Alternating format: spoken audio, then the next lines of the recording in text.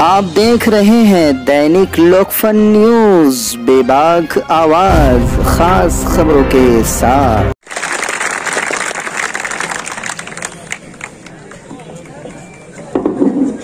چلیے وقت کم ہے، اپن 20 نہیں 10 کھیل لیں گے۔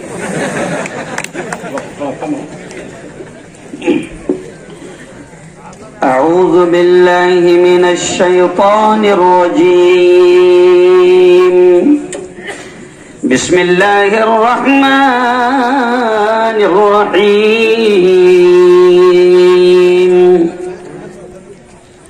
فمن يعمل مثقال ذرة خيرا يره ومن يعمل مثقال ذرة شرا يره۔ وقال رسول الله صلى الله عليه وسلم ارحموا من في الأرض يرحمكم من في السماء، أو كما قال عليه الصلاة والتسليم۔ دل بدل سکتے ہیں، دل بدل سکتے ہیں، جذبات بدل سکتے ہیں،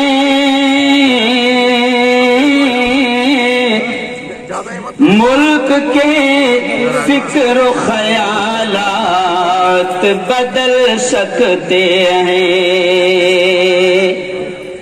دور موجود کے دن رات بدل سکتے ہیں،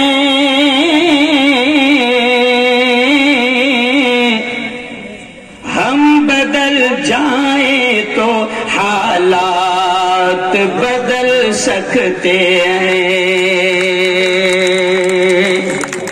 صدق اللہ العظیم وصدق رسولہ النبی الکریم۔ اسٹیج پر جلوہ فروز تھوڑا سا اطمینان سے، سکون سے آپ لوگ جانے دیں۔ بہت شارٹ پیریڈ میں بات کروں گا، اور خدا نے صلاحیت دی ہے کہ 5 منٹ میں بھی آدھا گھنٹے کی بات پوری ہو جائے۔ بس تھوڑا سا آپ ڈسٹرب نہ کریں، اطمینان سے۔ اسٹیج پر جلوہ فروز میرے دوست، میرے بڑے بھائی مفتی انیس الرحمان صاحب، ایسے ہی مولانا رضوان صاحب،